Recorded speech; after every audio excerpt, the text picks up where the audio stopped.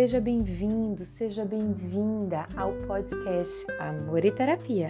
Eu sou Caroline Lemos, psicóloga e terapeuta de casal. Hoje nós vamos falar de um tema que falamos no Clube das 9 e foi bem legal a participação. Então eu decidi trazer aqui para vocês. O que é personalidade? Qual é a sua personalidade, você sabe? A personalidade vem do latim, que significa persona, em referência às máscaras que eram utilizadas pelos atores romanos em peças teatrais, uma forma de expressar os sentimentos, o que estava acontecendo ali. Jung traz que todos nós utilizamos máscaras na convivência, nas relações. Um exemplo, Carol enquanto psicóloga, Carol enquanto tia, Carol enquanto filha, Carol enquanto esposa, Carol enquanto amiga. Cada relação eu vou me apresentar de uma forma diferente. Por mais que exista ali algo que é principal, a minha essência, ela está ali presente, mas nos papéis eu vou estar me apresentando de uma forma diferente. Para a psicologia, a personalidade é mais do que as pessoas representam. Não existe uma definição específica devido à subjetividade do ser humano. E cada autor, cada teoria olha para a personalidade de uma forma diferente. Mas uma das definições que eu acabo me aproximando muito é descrita como um padrão de traços relativamente permanente e características únicas, dando consistência e individualidade ao comportamento humano. A criatividade, a honestidade, a empatia. Para mim, essa é uma definição mais assertiva, talvez, não sei se é assertiva, mas uma definição que mais condiz com o que eu acredito em relação à personalidade. É algo que a gente vai desenvolvendo com o decorrer do tempo. Tem coisas que a gente não vai conseguir mudar, que é uma essência, tem a ver com quem somos. Tem coisas que nós conseguimos até mudar com o decorrer do tempo, mas outras não, que vai permanecer ali. E nós precisamos, talvez, achar estratégias de enfrentamento. Essa é uma forma de resolver algo que nos incomoda. Os traços de personalidade são os responsáveis em manter os comportamentos consistentes ao longo da vida, ao longo dos anos. Então, tem comportamentos que a pessoa diz, isso aqui é a sua cara, porque isso é um traço da sua personalidade. Existem características individuais de um grupo social. Determinado grupo tem determinado comportamento, como também existem características de traços especiais do ser humano, que todo mundo vai ter determinada característica, não igual, mas parecida, porque tem a ver com o ser humano. Isso é uma forma até de organização, isso é uma forma de manifestação, mas em cada pessoa esses traços se apresentam de formas diferentes, porque cada pessoa é única. Sendo única, não tem como repetir o que o outro faz igualzinho. Então, cada um tem sua individualidade e sua forma de agir. Alguns autores acreditam que a personalidade é uma construção ao longo da vida e com as experiências acabam influenciando as nossas decisões. O que você decidiu no passado, hoje, com a bagagem que você tem, você não tomaria talvez a mesma decisão. E isso tem a ver com as experiências que você vai acumulando ao longo da vida.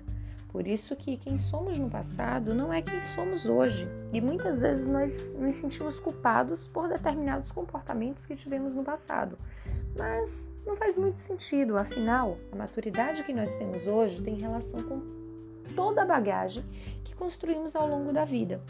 Por mais que eu ame a teoria da personalidade baseada no Enneagrama, que é um livro que eu sou apaixonada por falar sobre vários traços de personalidade, hoje o fator que eu vou trazer é o Big Five, que são os 5 grandes fatores da personalidade e é o mais utilizado no meio científico para falar sobre personalidade, para trazer a questão da personalidade de uma forma mais explícita, de uma forma mais clara. Inclusive, é ele que dá origem ao teste BFP, que é muito utilizado em processos seletivos para a empresa. Então, vamos falar de ciências, vamos falar baseado nas ciências. Vamos lá, né? Vamos começar. Ele é dividido em alto e baixo. Todos nós podemos apresentar um pouco de cada um. Então, diante desses 5 fatores, todos nós vamos apresentar um pouco de cada um. A diferença é que um determinado fator que se apresenta para mim com uma característica alta, para você pode se apresentar com a característica baixa. E isso tem a ver com os percentuais e a forma com que eles aparecem em nossa vida. Então, eu vou sempre falar sobre o fator e vou falar sobre o que acontece no alto, no nível alto e no nível baixo. Vamos começar? A agradabilidade é o primeiro fator. No alto nível, são pessoas simpáticas, boas e pacíficas. Buscam o bem-estar do grupo, evitam conflitos e geralmente não falam o que pensam, se calam, apenas se calam.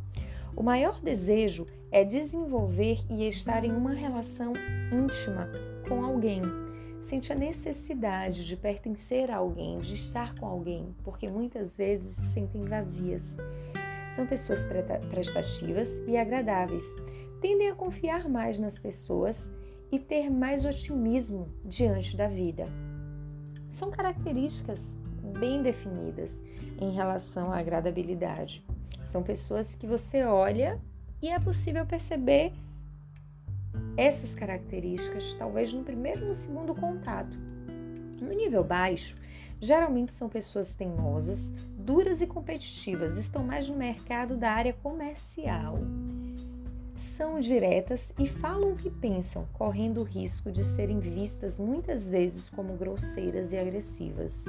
Entram nas relações se preocupando com os benefícios próprios. O que é que elas vão receber daquela relação? E o outro? Não, o outro a gente deixa um pouquinho de lado aqui, mas vamos pensar nos benefícios que essas relações podem trazer para a gente. Gostam e sentem necessidade de ambientes mais competitivos, como empresas, esportes e negócios. São desconfiados e muito analistas. Muitas vezes, a desconfiança pode atrapalhar as relações.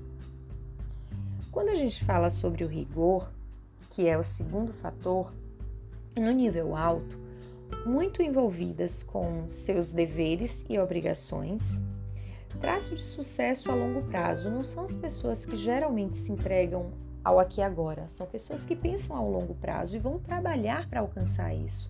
Pessoas trabalhadoras, organizadas e que sacrificam o presente em prol do futuro. O futuro é muito importante.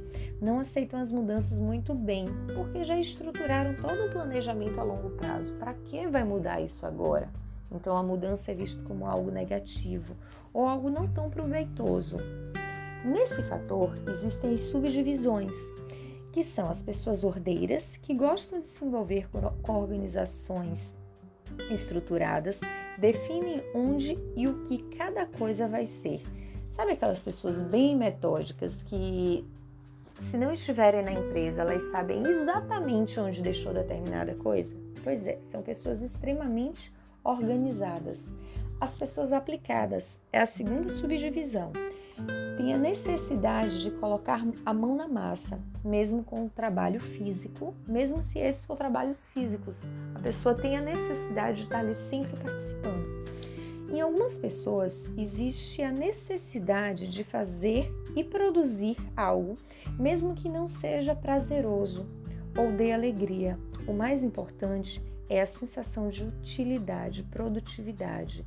Isso é muito interessante porque são pessoas que elas não conseguem descansar muitas vezes, por mais que se sintam exaustas, porque elas acreditam que descansar, estar em família, ter relações de amizade, isso é perder tempo. Elas precisam ser produtivas, mesmo que essa produtividade não seja algo que elas estejam gostando no momento, mas elas precisam ser produtivas. Geralmente são pessoas que trazem culpa, que podem ser associadas à depressão. Culpa por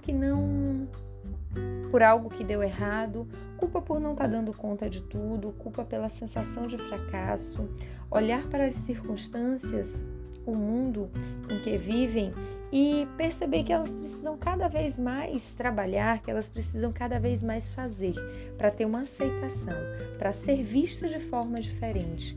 isso acaba tendo um efeito muito grande diante da vida, porque são pessoas que não conseguem viver o momento, estão o tempo inteiro reclamando de algo que está acontecendo e do seu comportamento diante da vida, porque acham que precisam ser mais produtivos. E a aceitação do erro é muito difícil. São pessoas que buscam o tempo inteiro a perfeição. O baixo nível são pessoas desorganizadas e distraídas, mais bagunceiras, mais tranquilas e relaxadas. Sabe aquelas pessoas good vibes? Que não tá nem aí para nada e muitas vezes passa tudo despercebido?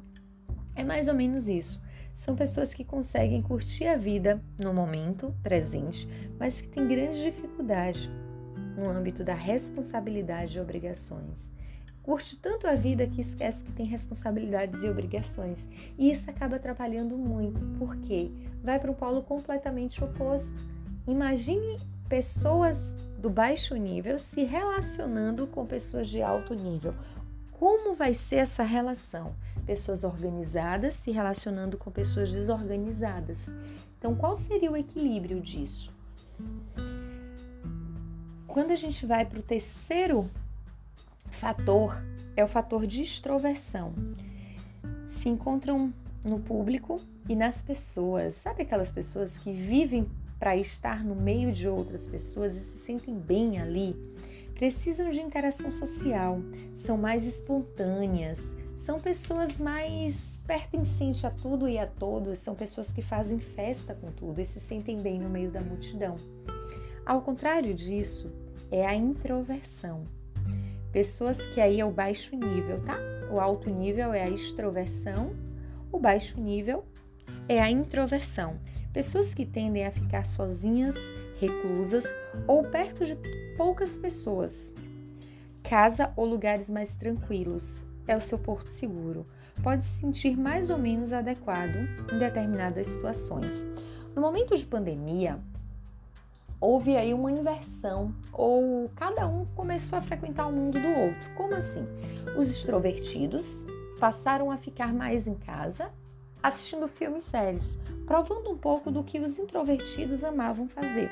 E os introvertidos puderam começar a participar um pouco mais das redes sociais, trazendo uma liberdade de mostrar quem são, através das redes, através dos bate-papos. E isso tem um movimento diferente para que a pessoa possa sair um pouco desse lugar de introversão para extroversão. Claro, não vai alcançar o nível de um extrovertido master, mas ela vai conhecer um mundo que é um pouco diferente do dela. Ser extrovertido ou ser introvertido é algo que é bom? Às vezes as pessoas dizem assim, eu queria tanto ser extrovertido, mas de fato você se vê nesse papel? Tanto um ou outro ocupam grandes espaços dentro da nossa sociedade. Imagine uma pessoa que trabalha em TI ou em um laboratório sendo extrovertida. Como é que seria esse processo? Nada contra os extrovertidos, mas talvez em alguns ambientes de trabalho, em alguns perfis profissionais, a introversão ela ajuda no processo de concentração e de melhor execução das atividades. Em outros, como um vendedor de loja, um exemplo, ou como alguém que está gerindo uma empresa, a extroversão é o melhor papel, porque vai conseguir tirar de letra determinadas situações com convívio com outras pessoas. Nós vamos entrar no quarto, que é o neuroticismo. O neuroticismo, em alta, vê o mundo como um lugar extremamente perigoso. Por quê? São pessoas mais sensíveis para as emoções negativas, como dor, tristeza, raiva, irritabilidade, medo e ansiedade. São pessoas que sentem isso de uma forma mais forte do que qualquer outra pessoa, e isso afeta muito. Costumam ter transtornos de ansiedade e depressão. Focam mais nas coisas ruins que aconteceram, presente, passado e futuro, sempre olhando o lado negativo do que aconteceu. Quando a gente olha para essas pessoas, não são as pessoas que desenvolveram isso com o passar do tempo. Isso pode estar associado a uma depressão, mas são pessoas que sempre foram assim. sempre olharam para o lado negativo. E às vezes isso estressa outras pessoas que dizem assim, olha o lado positivo da vida, olha para a vida de uma forma mais alegre, olha para a vida de uma forma mais positiva. Mas às vezes aquela pessoa não consegue. É um esforço muito grande para que ela consiga olhar para o lado positivo da vida. E isso tem a ver com o perfil de personalidade, um fator de personalidade que precisa ser respeitado. Pessoas no neuroticismo baixo são mais estáveis e menos reativas ao estresse. São pessoas mais calmas, mais tranquilas e que conseguem olhar para a vida de uma forma mais positiva. São pessoas que conseguem olhar para o passado, para o presente e para o futuro com expectativas. O quinto ponto, do quinto fator de personalidade é a abertura para experiências. São pessoas que têm uma dimensão de criatividade imensa, a imaginação vai longe, muita curiosidade, geralmente estão no empreendedorismo, são pessoas que conseguem ver o mundo de uma forma diferente, um mundo mais colorido, um mundo mais cheio de formas e desenhos. Geralmente são pessoas julgadas e criticadas pela sociedade, porque fogem um pouco do padrão, do quadradinho, do triângulo, do redondo. São pessoas que conseguem pegar todas essas formas e juntar e construir uma nova forma. São pessoas erradas? Não, mas são muitas vezes incompreendidas pela sociedade. E aí está o grande fator de respeitar cada pessoa, respeitar cada indivíduo com a sua particularidade. Em baixos níveis, são pessoas mais pragmáticas, prestam mais atenção em dados do que em sentimentos. Então, são pessoas que focam nos números, buscam menos variedades e mais rotinas. São pessoas que não se adequam muito bem às variedades, mas as rotinas, elas são fundamentais em seu dia a dia. Podemos nos desenvolver, sim, todos os dias. Esses fatores de personalidade não significa que nós vamos nascer assim e morrer assim. Ao contrário, tem fatores que nós conseguimos ir mudando, tem fatores que nós conseguimos ir adequando. A nossa essência, ela vai permanecer a mesma, mas tem situações que nós podemos melhorar. Então não fica na síndrome da Gabriela, eu nasci assim, vou ser sempre assim, vou morrer assim. Sabe por quê? Porque todos nós temos a oportunidade de mudar, de ser diferentes. E você, o que tem buscado para ser diferente de quem você é hoje?